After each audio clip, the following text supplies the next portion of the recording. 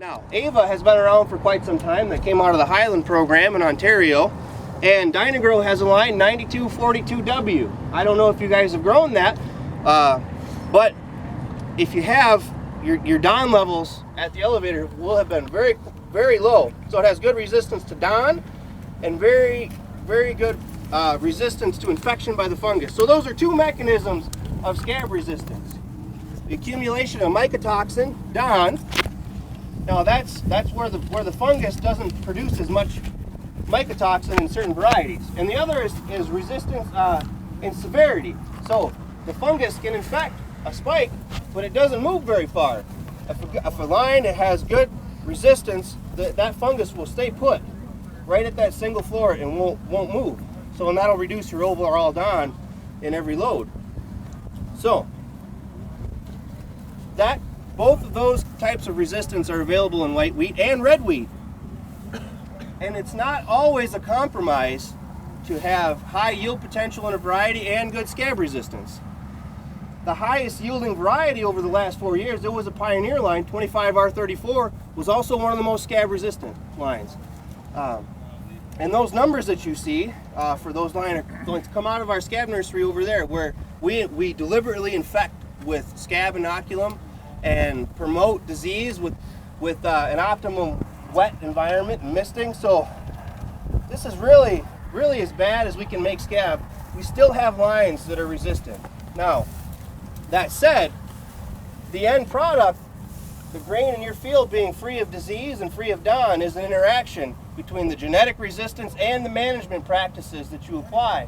Now, most varieties, I will say that all varieties require, even at $5 wheat, require a fungicide application at flowering to control scab and get you the highest return on investment.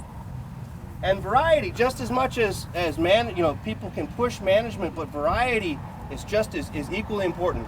And there are varieties out there that will resist Don very, very well. So what Ava 9242, W Pioneer 2534, and our new release from MSU E6012 has very low levels of Don accumulation in the grain. So that's probably one of the most traits of most concern to us. Well, it's always second. Scab always comes second.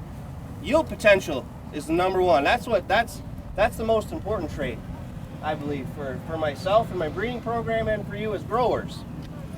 And I really like working in Michigan because Michigan has very high yield potential. Now, we have, in the genetics of the varieties that we have and in the environments where we're growing our varieties, there's very high yield potential here. And that's why I say, there really is good potential. So the biggest impact on yield, though, is environment. Now, environment can mean a lot of different things. And I also like Michigan because you always have a map on your hand. So to talk about different environments. So we have very, very unique environments in southern Michigan, Lenawee County and Ingham County. And the thumb also has 3 very unique environments. So certain varieties are adapted to those production conditions.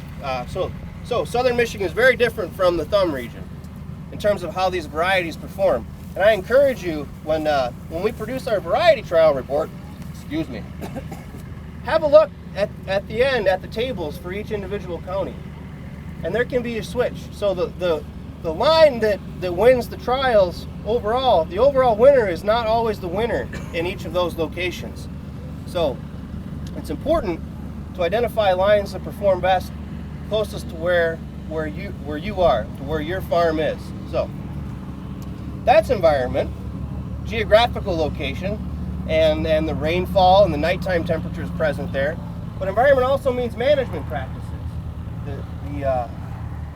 Basically the nitrogen and the fungicides that you're using to control disease and push yield potential. And I stress that it's an interaction because a short variety like Jupiter here, or Shirley behind you there, those varieties can tolerate that extra yield potential that you're pushing on them with higher nitrogen rates. So there's an interaction with every variety and the management practices that you have. Just like fungicide applications that's part of the environment that you're growing those varieties in. So, and maturity has a lot to do with that. So there are some varieties that flower earlier, and as you can see, those varieties that are flowering earlier usually have higher yield potential. So that extra 1 or 2 days of earliness, that gives you 1 or 2 days of extra grain fill. So that's an advantage. That's a tremendous advantage to have that extra 2 days of grain fill. But you don't want to go too early. I mean, I've seen in my nurseries, I've seen some singed awns there, and that's kind of that's a warning sign right there. Don't go too early. So that said, you can also spread your risk then too. You can combine across multiple days. So lines that flower earlier generally mature earlier. They'll hit physiological maturity and dry down earlier. So if you have 2 varieties set apart by 1 or 2 days, one variety should be ready on one day and another on a second day. So if you have 1,000 acres of wheat to combine, you can split that across 2 days if you have 2 different maturities then. So now I want to emphasize plant height. I brought it up already, but I want to emphasize that there is variation, 7 inches of variation for height, plant height in Michigan wheat varieties. We've got our tallest, Ambassador and AC Mountain, at 37 inches. So they generally tell you can. So there's a saying that you can tell how tall a wheat breeder is by how tall his varieties are. And so I would have a hard time getting this low to select. You might think I developed AC Mountain years ago, but that's not always the case. Actually, Shirley is one of the shortest varieties we have, and Carl Griffey at Virginia Tech is 6'5". So that's the exception that proves the rule. Now, another one is that is like AC Mountain, very, very high yield potential, but a very tall variety. They talk about interaction with management. So if you have a variety that's that tall, you really want to be careful with the amount of nitrogen. If you're going 150 pounds of nitrogen on a tall variety, and there's a windstorm, that could be disastrous. So that's why I stress that we do have available to us very short varieties with very high yield potential. So that's enough me talking. I'd like to talk about the varieties a little bit here. So we've got some contemporary varieties. Come on down if you guys are interested. We're going to start up here and then head down that way. So this variety is looking very good this year. I've had my eye on it. Pioneer 2531. Very short stature. Many heads per area here. It really fills out the canopy very well. So I'm expecting big things from this variety this year. It's a white wheat from Pioneer here. So moving on, we've got Jupiter here. This is from the MSU program. This has been out for several years now, and I keep stressing the interaction between variety and management. Jupiter will yield 30 bushels higher under intensive management. 30 bushels higher. So with a standard urea application, an early fungicide application, 28%, good weed management, and a Prosaro Caramba type product to control scab later on, we'll see up to 30 bushels in yield increase from a variety like Shirley. So, and next to it you see Hopewell. That's an old standby variety. It's beautiful when you drive by. You can see it from the road. That bronze color. If you see bronze from the road, it's probably Hopewell. So, moving on here, we've got a new release.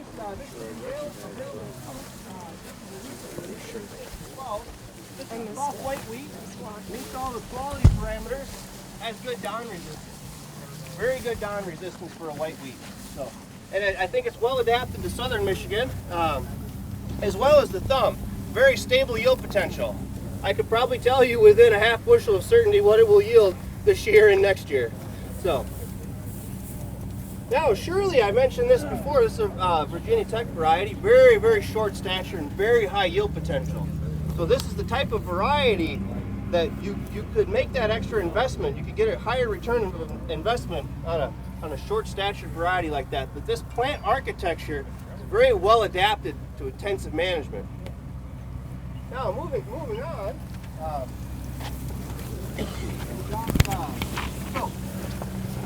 Another component of environment is which year it is.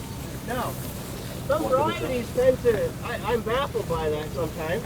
Aubrey had a tremendous year last year. This was winning all of our. We had it as a check in our advanced yield trials. Did exceptionally well. It has good moderate resistance to scab too. So, I'm certain it's directly related to the severity of the winter that we had. Not this last winter, but the previous winter. And so, that said, all the varieties that are moving through our program have exceptional. I lost half the lines in my advanced yield trial the first year because of the winter, but that's okay. I mean, that makes my job easier, right? So anyway, Old Standby, Red Ruby, very stable yield potential, good maturity. I'm a fan of Red Ruby. I have a lot of Red Ruby in our pedigrees in the breeding program now. So yeah, feel free to shoot me any questions at any time here. So here's the Ambassador. This is sort of our flagship variety, recent release, fairly high yield potential. What's high yield? This will respond 30 bushels. So Ambassador will hit. I believe it's 88 bushels in the literature we have here. Yeah, 87 bushels. So this is, but that's under that's under conventional conditions.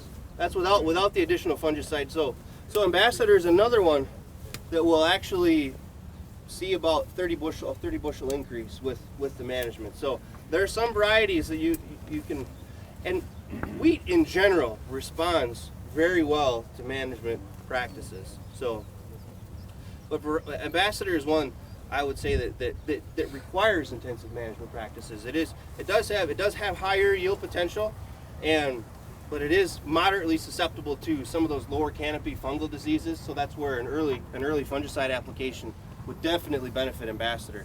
And as you can see in the scab data, the DON and the infection data, it does require a fungicide.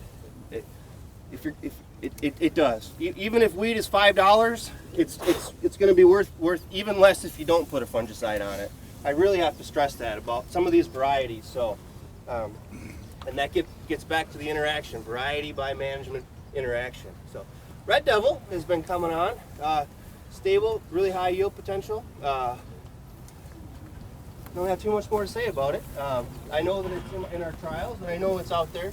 It's a pretty good yielder. From the breeding program here. Oh, but first, here's AC Mountain. This is an older variety, very, very high yield potential. I don't want to skip that. And I think part of it is a good disease resistance package. We use it as a check in our nurseries. Very good resistance to Staganospora and Septoria. And it really fills out a lot of biomass there. So I think a lot of that biomass accumulation translates into higher yield. But again, that's one of those varieties. It's 37 inches tall, so you have to be careful. So to really push the yield potential on something like AC Mountain, it would require a growth regulator.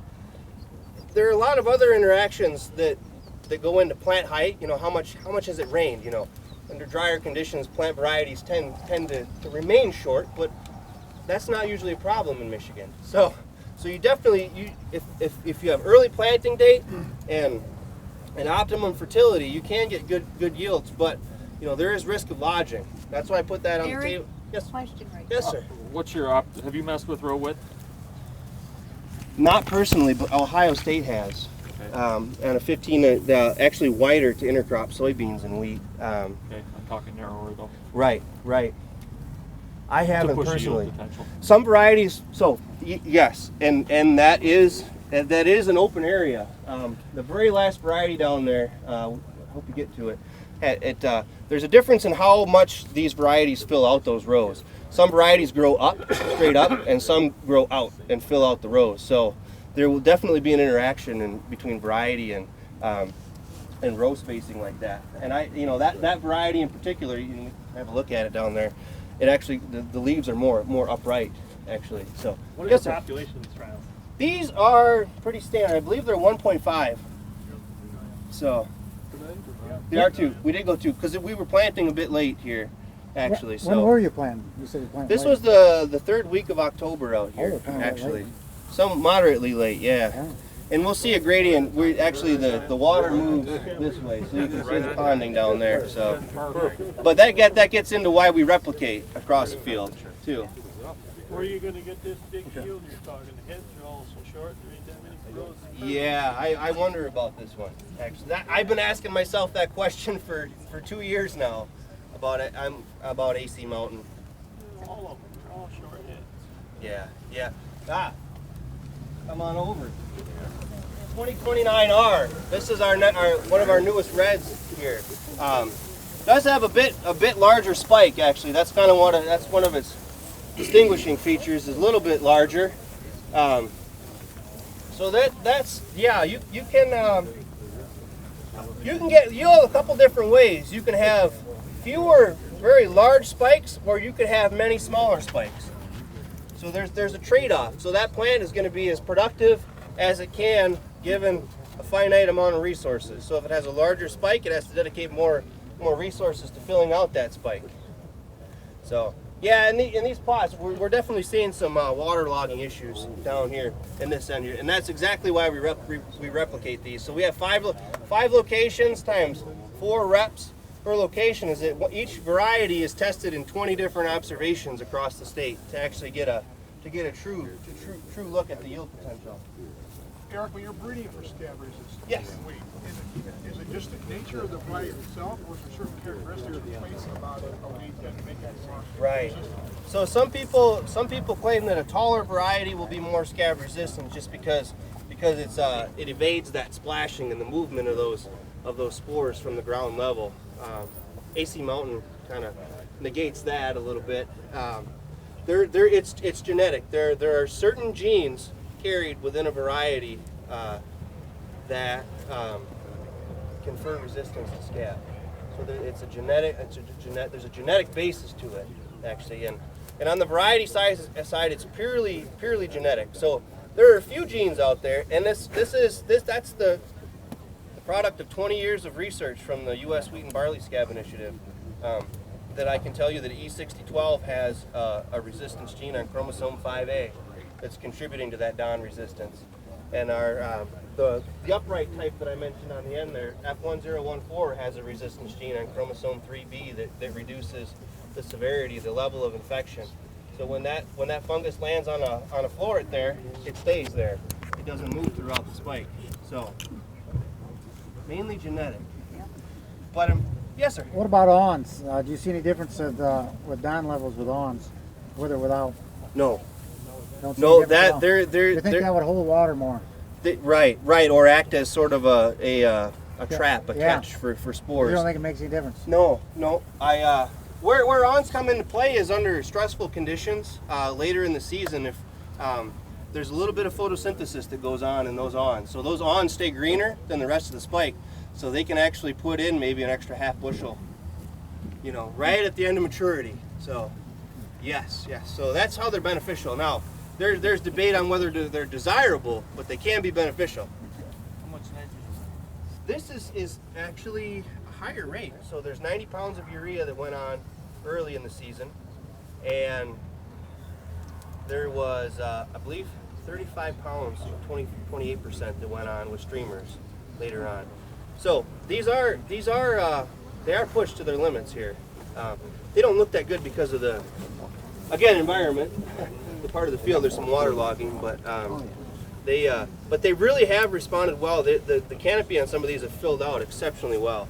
Like, I'm very impressed with 2029R on how well it fills out the canopy. So there's a lot of talk. There is some benefit to maintaining green foliage in the canopy. There's a lot of nitrogen that gets sequestered in the lower canopy that moves into the grain, and there's also carbon capture that goes on there that moves later on. So that research has really been advancing in probably the last 6 years. Yes, sir. So where is your focus on breeding? Are you looking at shorter straw to push more nitrogen to push more yield? Or are you looking at taller straw for straw farmer? Where's your focus? If we're going to get to 150 bushel, I would have shorter? a short plant stature, a shorter plant stature that fills out the canopy very well, that has resistance to those, to maintain the lower canopy, resistance to fungal disease, and resistance to scab. And that's the direction you guys are going with your. Yeah, yeah. Focus. Well, and Rick Ward, two breeders ago, definitely these are the product of his selection, and that you can definitely see that trademark. And you can see all the lines from Virginia Tech are that way. You see Shirley, and this year there's Virginia 106 and Virginia 108. I expect to see very, very high yields from those this year. They're very short, compact plant stature. That said, if you do push nitrogen rates on those, they will get taller. So you really need that short stature to compensate for those additional inputs. That's the variety by management interaction that exists there, and scab resistance too. That has to be there. And every single variety that we release, we've run them through the gauntlet in the scab nursery here, and made tens of observations on those every year. We get a lot of observations. So. Are you doing anything with growth regulators? Not personally. No, my tendency would be to just select a shorter variety in the 30 to 33 inch range, rather than selecting a taller variety. That said, if a variety is adequately adapted, and you are the only ones that know what the best varieties are for your farm, and if you find that a taller variety does perform well best on your farm, then yeah, a growth regulator would be required to bring the plant stature down and maintain those yields. I keep hearing the 30 bushel under high intensity management. Yeah. Is that pretty standard across all of the varieties, or are there some of them that just won't respond to that? That is a question I am dying to know. I would love to understand the genetics of that better, and as a research community, wheat researchers, that is a major question out there. Some do perform better, yes, it exists, but there's so much variation that it's very difficult to determine that. So if you find one on your farm that does the 30 bushel response, stick with it. Exactly.